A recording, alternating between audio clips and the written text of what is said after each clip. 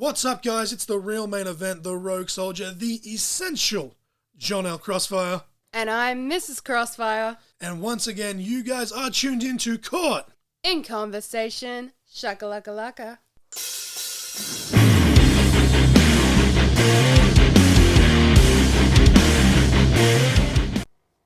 Welcome, ladies and gentlemen, to episode 81 of Caught in Conversation. As always, I am your host, the essential John L. Crossfire, and a very somber episode here today. Very exciting in some aspects as well, because I did manage to have High Octane back on for now a second time, talking about the huge match coming up with himself and Rex at All Fired Up, as well as a very abridged history between the two. They've had a very long history. We had a couple of technical issues during this because there's storms rolling over in both mine and his respective areas, but it's a very, very somber edition as well, as I say, because yesterday, as I record this, the wrestling world and just the world in general, he had a family as well.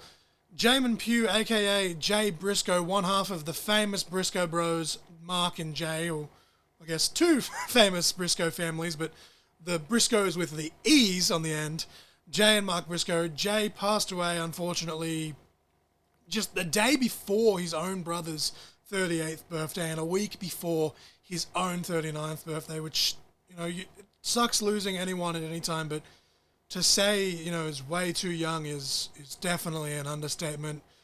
You know, as I'm going to talk about in this conversation with James when he and I touch on Jay, or should say High Octane as we touch on Jay, you know, I don't want this to seem like I'm trying to use his name just to get clicks or listens, because I genuinely am a fan of him. I cannot stress that enough. I know that, you know, the internet can be a cruel place at times, and people can say very terrible things on social media, so I don't want people coming for me. I ain't having that. But this entire episode here, you know, it's going to be dedicated to the life and the memory of, you know, Jamin Pugh the man, but especially Jay Briscoe the performer, because without him, as you'll hear in this conversation, I never would have gotten into Ring of Honor. So the song of the week this week is going to be Reach for the Sky by Ring of Honor Music. It's literally just an entrance theme, but it is the theme song for Jay, and of course the Briscoes as a tag team. Actually had that as my ringtone when I very first got into Ring of Honor properly as a fan, when I was watching the Jay Briscoe versus the Jay Lethal feud. Absolute banger. The match of the week is going to be the Briscoes versus the Motor City Machine Guns at Ring of Honor. Good times, great memories from 2007. There's a whole hell of a lot more on Honor Club if you look for the Briscoes, but in terms of the actual app, it is not available in Australia just yet, so I don't know if you can sign up online. I haven't gone that further, but if you want to watch a Briscoe match, go to YouTube. It's there. It's on Ring of Honor's official YouTube channel. In full, it's the Briscoes versus Motor City Machine Guns. Good times, great memories. 2007, but let's get into this conversation with High Octane. Ladies and gentlemen, put your hands together for James High Octane Lanham. Ladies and gentlemen, I am here with James High Octane Lanham for the second time on the podcast, almost, I think, close to a year apart, which is kind of funny, but we're not here to promote Central West this time. We're here to promote a specific feud that has been going on for over a decade at this point, probably close to 2 decades of knowing each other, which is crazy to think. I guess time flies when you're having fun. But as we record this, James, we're going to be 2 weeks away, I guess, 1 week and 6 days when this episode drops, from ICW All Fired Up, and you have a huge match against, I was going to say arguably your biggest rival, but I'd probably say definitely your biggest rival in Rex. ICW management has made this a 3 stages of insanity match, and I did send out some emails. I wanted to try and get some tea for the podcast, but I received an email back from Steve Smith, and I still think that that's a fake name, but it is what it is. I received an email back saying that basically the board of directors have stated that since, you know, you being the active commissioner and Rex having a financial stake in the company, the board has voted they want this to be as even as possible. So basically, you guys, you're not going to know until it's happening pretty much what the stages are. So you're going to have an even playing field of the same amount of prep time, which is none outside of your regular training sessions. So that's going to be very interesting to see how that plays up. But this is a pretty big deal, and I think that's an understatement saying that, especially considering, as I say, and we're going to get into it in this conversation, the history that yourself and Rex have. But the last two shows specifically, all around Australia, but especially rural New South Wales and the outskirts of the ACT, they were hammered with floods, causing you to miss the last two shows and being able to get your hands on Rex. So finally, it's happening. And the sad part is, after me doing commentary for the last two shows, this is the one show that I'm guaranteed to miss because I already have family obligations. So I'm very sad that I'm going to miss this, but I cannot wait to see footage when it does drop because I already know that it's going to be a fantastic match. But let's rewind, James, if we can. And you've already mentioned that, due to concussions yourself with wrestling, that some of the dates might be jumbled. That's fine. We're not here. We're not Dave Meltzer. We're not going to sit here and say that on January whatever in the Tokyo Dome this happened and this happened. But just from your perspective, we're going to go through what it's like working with Rex, because obviously it's a much larger scale, but I hearken your relationship with Rex to what mine has, slowly become over the years with Reverend Diath, where sometimes you've gotten along, sometimes you haven't, but there's always been this huge, immense amount of respect inside the ring as competitors. So where does this all start? What is your earliest memory of Rex, or seeing Rex wrestle, or meeting Rex in person? What comes first? Well, that would be back in the CPW training school days, back in Turner PCYC. And I started training with CPW, and that was my first training in wrestling at all. And that was in 2004 when I was 16. And I remember Rex and I didn't talk to each other for a long time. Like, I was pretty quiet. He was very quiet back then. And we were sort of doing drills together in the ring. We never sort of had many interactions until the day that I realized he was actually close to me in age. He said he wasn't allowed to go somewhere because he wasn't 18. And I thought this guy was in his 20s because he had a huge, thick beard. And I always just assumed he was much older than me. And then we realized, we're both in high school and following this dream and having like quite a similar path in doing that. It's funny how that works. A fellow that I've recently had join my group, Robbie Parker, I spent the last year thinking that I was older than him, but apparently he's a year older than me. So I guess that's how it works out. But so both you and Rex started very young then. Yeah, I think Rex even younger than me. I think he kind of told a bit of a pork pie about his age because he looked that much older. I waited till 16 when you were meant to wait too. But yeah. So he'd been there a few years before me, but yeah. Rex telling porky pies, I would never. But from a fan aspect in particular, or just as you say, because you started training, but was there anything in particular that kind of drew you to Rex, or was it just that you were closer to age, so it was more circumstantial? I think partly that, but I think outside the ring we got along pretty well. We both, I think we liked a lot of the same wrestling and a lot of the same things outside of wrestling.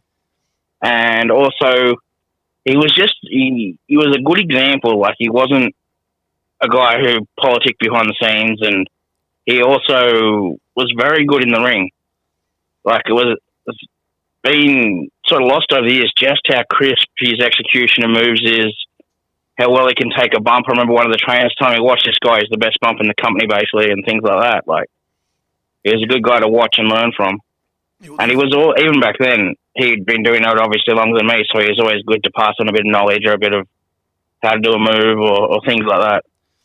Well, the very first show I ever went to, as we've discussed, was ICW Goulburn, where it was yourself and Mr. Saturday Night as the main event.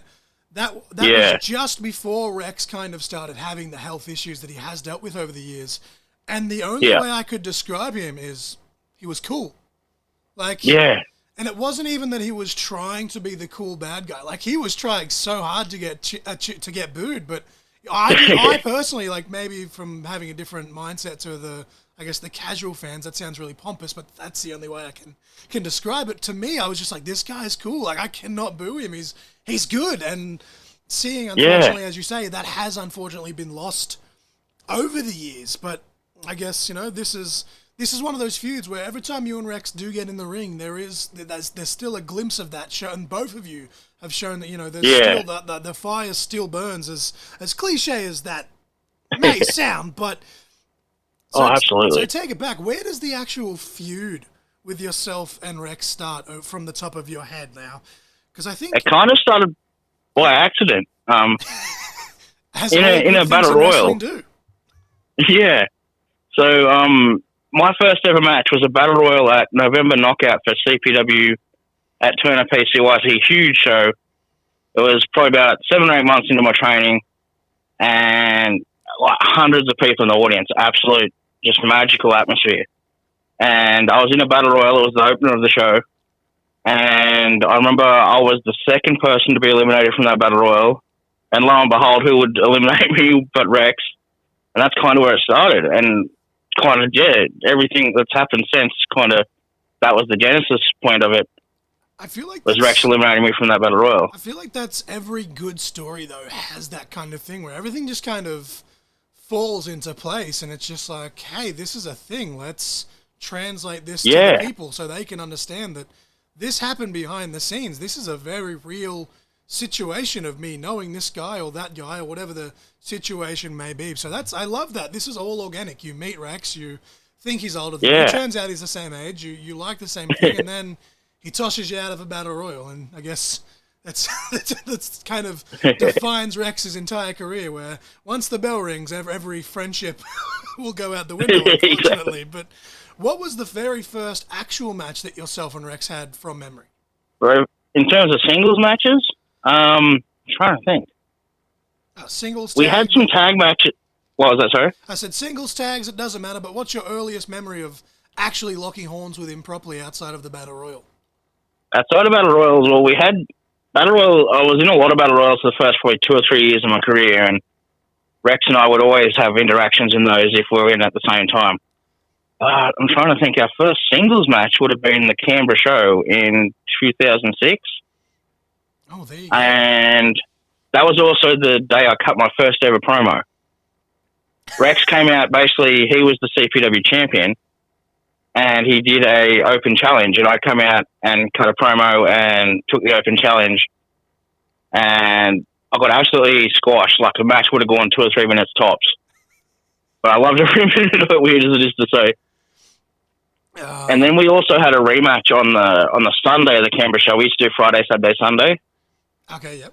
So I wrestled him on the Friday, and then I had some other matches throughout, and then we had another match that was longer and a little more even, maybe 5 or 6 minutes on the Sunday, which included the only time I've ever gone off the top rope in my career, and I missed a splash on Rex, and yeah, so kind of he won both those matches obviously fairly easily, but yeah, it was a lot of fun and was kind of one of the first inklings of what I could do in a singles environment to the management of CPW at the time. Very good learning curve for a very young High Octane at that stage. Oh, definitely. But you've kind of, I think you mentioned one of the matches with Rex when we did the actual interview, and if you guys haven't seen that, I think it was episode 30 or 31. Scroll through, it's there. But I think when I asked you what like your favorite matches of all time that you had, there was one that you mentioned with Rex. So if you repeat things throughout this conversation, which probably will, because we can't tell the High Octane story without mentioning Rex. But off the top of your head, what's your favorite match that you and Rex have had, whether it's against each other, teaming with each other? I would have to say the one we had at Western Warfare 1 in Cara. It was the first show I'd ever run. It was the main event for the ICW Central West title. And we went, I think at that point in my career, it was the longest match I'd ever had. I think it still might be. And the crowd were just with us for every bit, every move, every mannerism. The crowd just loved it, and it was a great match. I ended up getting the victory in the end and winning that Central West title for the first time, being the first holder of that belt. But yeah, that would have to be probably of all the matches my absolute favourite with Rex. I have seen footage back from that match, and I must say, I agree with you. Fantastic match, and unfortunately I didn't get to Central West until a couple of years later, but watching it back again, you can still, the Cowra vibe, I put the Cowra crowd over every chance I get, because for a small country town, they have some of the most passionate fans that you'll ever meet, and especially, and we discussed this on the last one as well, so again, I'm repeating myself to the listeners, so my bad, but it's not a traditional wrestling crowd, but they still come in and they boo and cheer, and they have a great time, and as a result, us as performers, whether we're getting booed or whether we're getting cheered, and I've had, I guess, the displeasure of feeling both in Cara, but we have a great time as a result. They're always some of our better shows when they do happen. Yeah. I always put them over, but excuse me. I always put them over, but again, what is your favorite match that you've seen Rex have that didn't involve you? That didn't involve me. That's a tough question. Because I know you've studied a lot of him, and I know that I myself have studied a lot of him. And yeah, there was a match years ago. I can't remember the exact year. It might have been like 2012. No, 2000. I don't even know earlier than that. Could have been 09. And it was a 4-way in Arundel PCYC for ICW. I'm trying to think off the top of my head who the wrestlers in that match were. I know it was Rex, I think Dave, I think Russell, and for some reason I think maybe Hank Armstrong. Oh, that's a name. And I might be wrong on that, but it was an incredible 4-way. And the crowd just absolutely loved it. I actually snuck out in the crowd to watch this, and absolutely incredible match. I mean, I'm myself and Tank. I think we may have discussed it on the podcast again, maybe repeating myself, but Western Warfare 3, myself and Tank, we snuck up to the rafters to watch yourself versus Rob Messenger at the time and talked about how Rex actually saved you that night, and the building literally shook, and I thought I was going to fall from the rafters. I was like, oh my God, Cara, like, what are you doing? I know, it's that little metal balcony for the spotlight. It's not the strongest balcony in the world. For a long time, people actually weren't allowed on that balcony. But it is interesting that you bring up Russell, though, because I mentioned on the episode that happened last week as we record this, he and Devious Dave, the final two for another 4-way, and they went just as good, if not better, than they did all those years ago. So I can't wait to see what you and Rex will do. And I don't doubt that it'll be that same vein where you know each other so well that, you know, you're going to have to go into stuff, and maybe High Octane will come off the top rope again. Maybe not. I did put out feelers for questions, and unfortunately everyone kind of asks the same stuff that I already had put down. But amidst all those questions, I did receive some taunting from the Wilkes Talent Factory as well, which I deal with that when I deal with that. But I did receive a good question, and unfortunately, I hate to give him credit, but I will. Suplex GM Tim says, with everything that's going on in ICW right now, do you think that you have Rex's full attention? Now, I don't know what he's trying to allude to with that, but I'll let you interpret that to however you want. But do you? Because I think that in this 3 stages of insanity, surely Rex has to have his eyes on the prize. But we saw at the last show that Rex was kind of just, you know, he was just doing whatever he wanted, basically. Hello, sorry about that. I'm not sure what happened there. My phone cut me off mid-sentence. But yeah, Timothy Wilkes asked, I'll let it out the dead space, that's fine. But Timothy Wilkes asks, with everything that's going on with ICW and the Wilkes Talent Factory, and is Rex with them, is Rex not with them, do you think Rex is going to have, or do you think you will have Rex's full attention, and would that be either a blessing or a detriment to you, do you think? I would like to think I have his full attention, because you got to think, I'd hope so. A few months ago, yeah. Like, I won the ICW Central West title for a 4th time from Nick Maltino. I think it was in State Asylum last year. And as soon as I scored that pinfall, who was to come out the curtain and attack me but Rex? And you got to think, if he's backstage watching and wanting to attack me when we don't have, at that stage we weren't in a feud or anything, so you got to think I do have his attention. And I guess you would say it's a detriment in the ring, but at the same time, it's a bit of a win-win for the audience that we're both each other's main priority at the moment, and the match that Rex and I are going to deliver, all going well, will be an absolute classic. So I do say that he has my full attention. I have his full attention. I'm just hoping that he's not alluding to the fact that he and the Wilkes Talent Factory are going to get involved, because that would be a shame for literally everyone involved. No one wants to see that, regardless of what the stipulations are. But before we go in and start really digging into this, 3 stages of insanity match, we'll kind of slip into the old school of the core 5, where I usually end the episode on a non-wrestling question, but we'll slip in a non-wrestling question here before we really get down to business, because you and Rex have a huge huge history, which I don't think even one episode could encompass that, even if we had all the dates and everything written down. There's a lot of stuff, but off the top of your head, what is your favorite memory with Rex? You know, if you were to take away everything that's happened inside the ring, but in a perfect world, when you guys are getting along outside of the ring, what's one of your favorite memories of Rex, or a story that you can share about Rex? Oh, there's so many. Some happen on shows, some just outside of the ring, not even on the show. I guess one of the best ones would be going in the Hall of Fame when Rex inducted me. Not to peel the curtain back too much, but I think it was 2016. I think it was Rex inducted me in the ICW Hall of Fame. An absolute honour. I was so proud of it, and the speech he gave and all that. That's possibly my best memory of Rex, especially outside of the ring. And apart from that, I think just maybe Western Warfare 1, because for years and years I'd worked for Rex in ICW, and he was my boss and all that.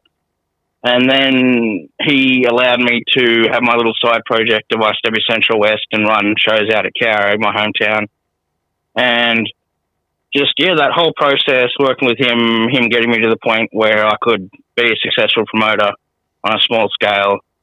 And, just that whole thing. And then the barbecue the day after, we always do the post-show barbecue. Was very cool. Happened to be my birthday that weekend as well and things like that. And here's a funny little anecdote about Rex. The money I paid the wrestlers after each show, he actually still has that money I paid him from that show in an envelope. He's kept it as a souvenir. It means so much to him. So even with all the feud, all the bad blood, everything like that, that's sort of like a really touching thing. It's just to know that interesting that little bit of money I paid him meant more than what he could have bought with that money. It's just interesting to think about how wrestling works in that vein. Like, you could get along with someone, not get along with someone, but there's a bond in that ring, whether we want it or not, that, it becomes a brotherhood, and I guess brothers fight, so it does make sense. But peeling the curtain back again, we're going to go into a little bit of fantasy before we get real serious. If you and Rex could have any match, one final match, because I'm hoping this match coming up, much to the chagrin of both yourself and Rex's health, and God knows what you're going to do to each other. I hope this isn't the final match, but if there was one final match ever, High Octane versus Rex, or even High Octane teaming with Rex, what stipulations would you put on that? I'm not sure. If it was versus Rex, I reckon, for some reason, I just think an old school cage match would be awesome. Budget-wise, it probably will never happen, but something like a cage match or something cool, like half back to the 80s, have that sort of Dusty Rhodes, Ric Flair sort of a match. Yes, I could see that. Apart from that, I'd say either whether it would be in Cowra at the Civic Centre or Canberra, one of our venues. I reckon if Rex and I happen to mend fences in the ring, a tag match with the two of us against, I don't know who, maybe I've got few dream opponents left, maybe someone like a Dingo who's in Japan at the moment. Dingo Cannon, yes. Or maybe someone else cool, maybe Dingo and Super Crimson Mask. I think that would be a cool match. Or, just something like that. If only we had an unlimited supply of funds. But we'll kind of bring it back. We're as I said, we can't go through the whole history without having everything written down. So if some wrestling super nerd out there wants to go back and give me all the dates and stuff, and me and High Octane can do a multi-part episode. But this, as I said, it's an understatement to say, but this is a very big match, because as you harken back to just before, this and this part of the feud, I guess it's the same feud. It's just kind of picked up here and there. This started with Rex again, as you say, attacking you after your match with Nick Martino. So, are there any specific stipulations for these three stages that you are personally hoping for? I think one of them, obviously, something in the long lines of like a street fight or a no-holds-barred match or something like that, where we can use our creativity and devious minds to come up with some maybe weapon-based offense or or something more creative than we can do in a normal singles match. One of the matches I fear the most, and I've done it before in a 3 stages of insanity with Rex, is a ladder match. And I fear a ladder match because I hate heights, and I've not got the best balance, and I hate climbing the ladder in the ring. But if that was to happen, it would be fun, but it would be a huge challenge and could cost me the match, me having to climb that ladder. Plus the fact I'm a shorter competitor and it's a lot harder to reach the prize at the top and things like that. But then also just the normal singles match mixed in there would be cool, like just to test our technical ability on each other and that sort of thing. Because obviously on paper as a competitor, you're hoping that third stage is non-existent. If you were to win 2 straight, yeah, fine, you're done, you win. But as you say, Rex attacked you, so there is that part of you, I feel, that you want your revenge to an extent. Yeah. I honestly feel like ICW management, they've probably got some sort of crazy no holds barred or something planned. Yeah. You'd almost have to, even if it is, normal match, then a street fight. I just want to know what they have planned for the third fall. Because it's always with an asterisk. It's always if necessary. And knowing yourself and Rex, I would hazard a guess that with all due respect, I don't think either of you are going to go 2 straight. But no. I cannot wait to see how this all happens. Because I know that you just had a last man standing match at the last Central West show against High Octane. You wrestled yourself, apparently, against Atticus Slane. And, that's something that I even floated out there to management. I was like, this could be an idea. And Rex is like, no, I'm not doing that. Rex kind of, he wants to pick and choose his spots, and I guess more power to him. But I don't know. I'm not a part of management. Yeah. And as I said, Steve Smith, which still sounds like a fake name, has said that no, the board has voted. I just want to know what the votes are, but I guess we'll find out sooner than later. On the night. Yeah. It's a huge card coming up. Is there anything that you're looking forward to outside of your match, or are you just kind of trying to focus? Because this is a big deal, but we've got 3 matches announced already, plus having that the heavyweight champion Davis Dave will be in action. I don't know if he's defending his title. Same for the tag champs, but we've got a huge Canberra championship match coming up with Bo Kennedy and Zach Stryker, which I was talking about last week on the pod. And my young protege, Jackson Thornhill, wants revenge against someone you also just mentioned, Nick Maltino. Nick Maltino is someone that has learnt a lot from Rex. Let's hope that he doesn't stick his nose in that match with his and Rex's kind of on again, off again bromance, whatever's going on there. But what are you hoping? I'm not going to sit here and say, hey, give me your game plan, because that's not smart. Obviously, Rex has people that would probably listen to this, but is there anything you're hoping to gain out of this other than just having your hand raised? Because I know, as I said, there is a lot of respect there on a professional wrestling level, and even to a personal level to an extent, but Rex kind of goes through his moments, I guess. He has a lot of feelings where sometimes he likes you, sometimes he doesn't. Is there anything you're hoping to get out of this, on a personal level? I think it's one of the things I hope to get out of every match I have now, and with me getting on in years a little bit and racking up the injuries and the concussions and everything, and one of the main things I like to get out of every match, but especially a high-profile title match like this, or I'm assuming it's a title match, is to just prove to the fans that I still belong in the ring, that I can still go at a pretty decent level, that I'm not going to just go in and coast and take it easy and grab a hold, as they say. And I just want to show that I can still have a really good match and entertain the fans and hopefully come out on top in the end.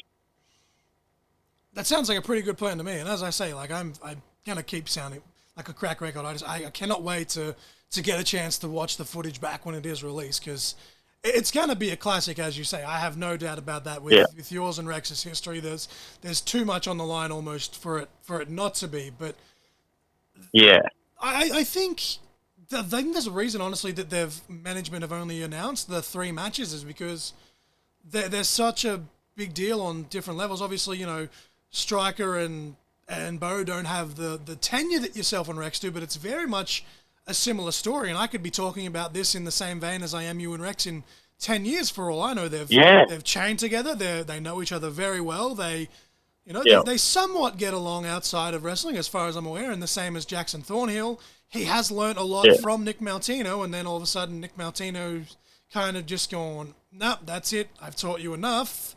And now he's showing some tough love. So it's going to be very interesting to see a lot of relationships fractured. Hopefully some of them will be mended by the end of the night. I don't know, but just a huge night coming up at All Fired Up. But Yeah, I'm looking forward to seeing it all. is there anything else you'd like to share about Rex before we move on? Because I've got a couple of things I'd like to ask you, but we'll keep talking about Rex for now, if you want to. Is there anything else you want to get out there about Rex and your history with Rex? I've kind of just left this as an open forum because this is from your perspective with your relationship with Rex over the years, which, as I say, we can't fit this all into one episode, but give us some clip notes if you can. I guess the main thing with Rex is, I guess above anything else that he does or says or puts out in the community, is he's the guy who never gives up. And like, if for those who know the health issues he's had, whether at first it was the blood clots and then the strokes and things like that, I don't know anyone else who would still be wrestling, let alone running a promotion and things like that, if they had those issues. And he still is going full ball with everything he does and not throwing the towel. So even as much as we hate each other in the ring and are going to beat the living daylights out of each other more than likely at this show, I guess no one out in the community, whether the wrestling community or otherwise, should underestimate Rex and his staying power in pro wrestling as a promoter and as a wrestler. Like, he's a guy who's going to be here till his final breath, and like, absolutely, all credit to him for that. It's one of those things where we've talked about and we've said this to both you guys, like every time I see Rex in the ring, every time I see High Octane in the ring, I'd be lying if there wasn't part of me that was worried, just for the love and respect that I do have for the both of you. But as you say, Rex and yourself as well, I'll put you over here, it's your episode.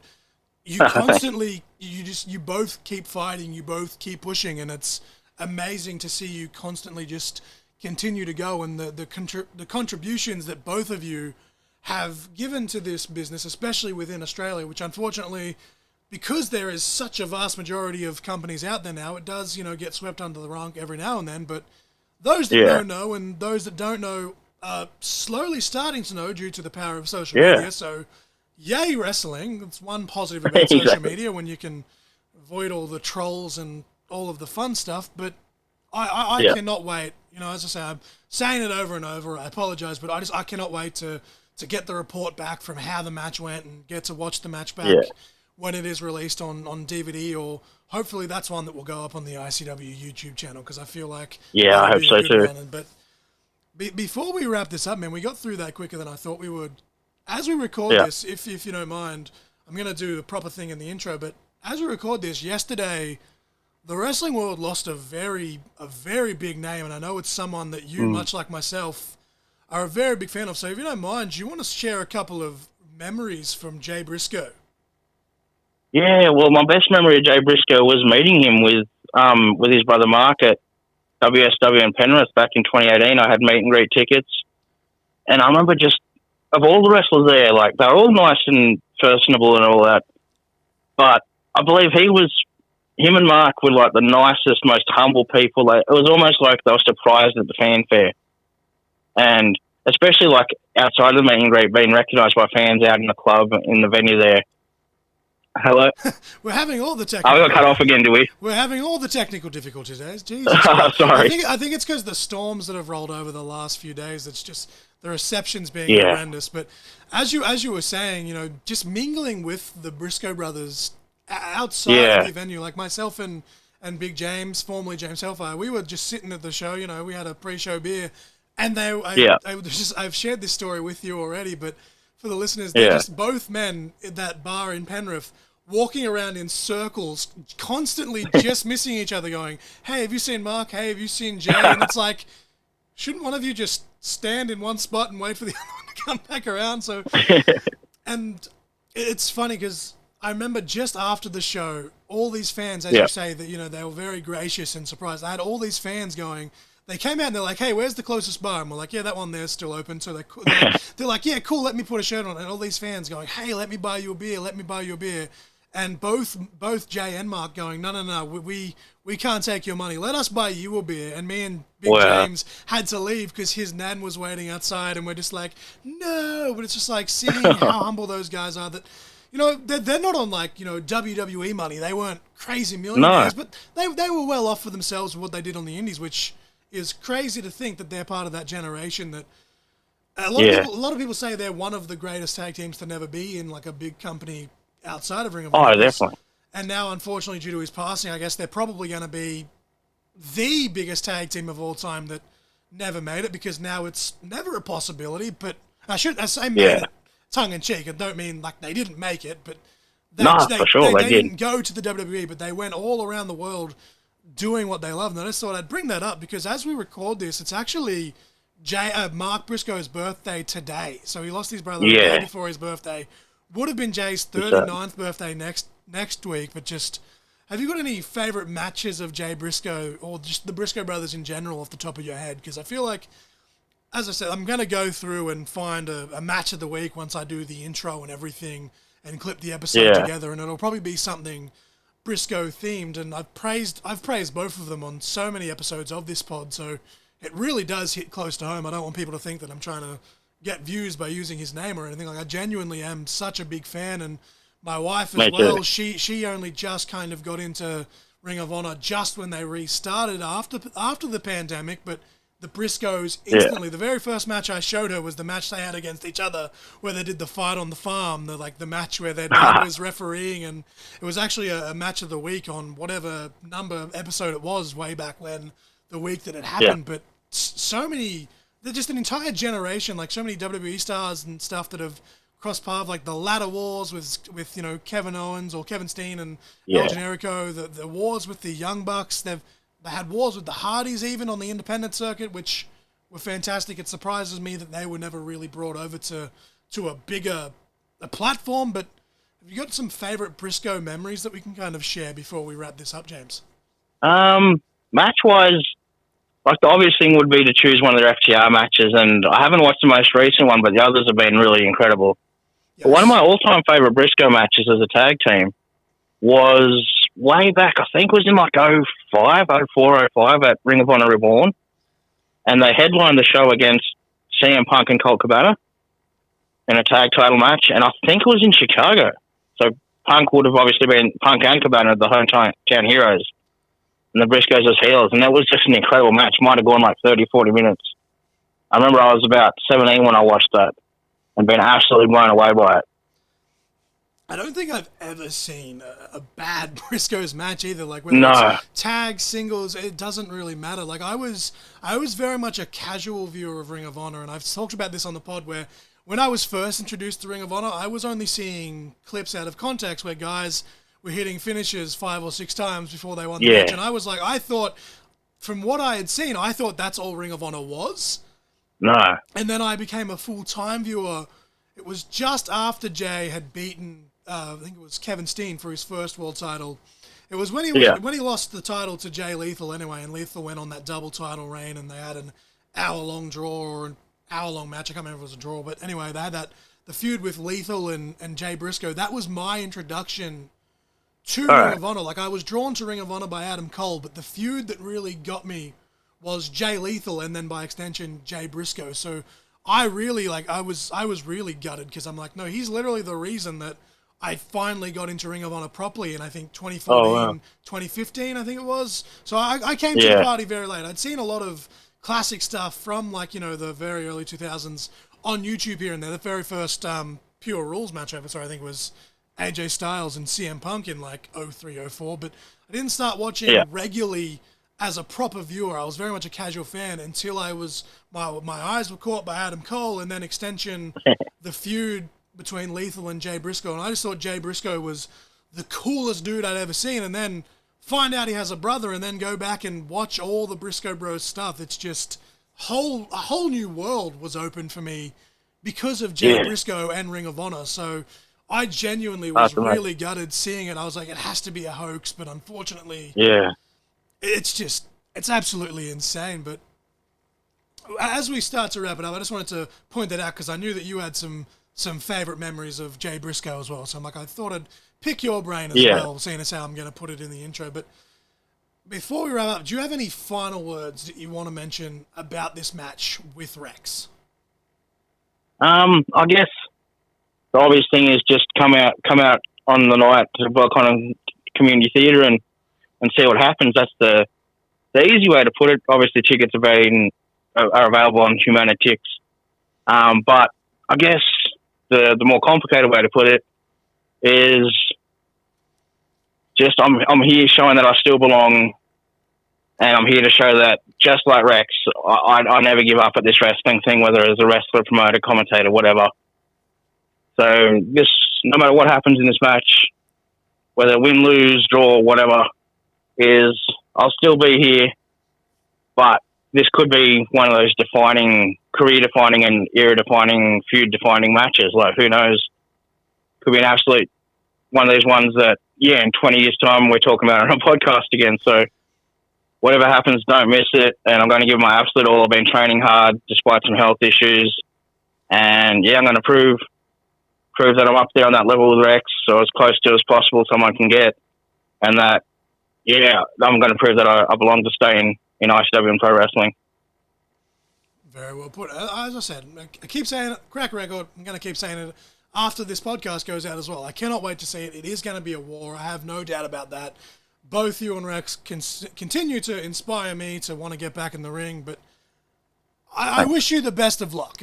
I'd be lying if given with, my history with Rex and the way he treated STA, and look, I know I did stuff I shouldn't have done back then, and it is what it is, water under the bridge. Myself and Tank get along, but the way that Rex had acted towards me and towards Tank and just the roster at the last show, I'd be lying if I said I didn't want to see High Octane hit that Vortex 2.0 and walk out with his hand raised. And as you say, you don't know if your title's on the line. You don't know if Rex's title's on the line. No. Because you're a double champion. You're Central West and Emma Butler Memorial champion. Rex is currently the Aussie champion. So High Octane could be walking out a triple champion by the end of All Fired Up. You never know, but I wish you the best of luck. And to Rex's people or whoever he has listened to this, all these little minions, I know he's got a lot of them. CJ Young from Suplex randomly joined him at the last show, and he didn't even know him before that. So that just shows the power that Rex has, I guess. But whoever is listening to this in Rex's camp, I do wish him the best of luck too. But I think we'll end it here. I do apologize for the technical issues. It's just not I've had a bit of thunder going over here. So I think there's a bit of thunder, so maybe it's not my end. Yeah, well, we had thunder very early this morning, so it could be either us, but hey, we still got a solid, half an hour, 40 minutes out of it once I clip it all together. So I do thank you for jumping on, James, especially with such short notice. And I'll link all of your social medias in below once I've put this together. But thanks for jumping on, man, and I wish you the best of luck at ICW All Fired Up. Everyone, tune in. 3 stages of insanity. I cannot wait to see it. Thank you very much, James. Thank you. No worries, Crossfire. Thank you.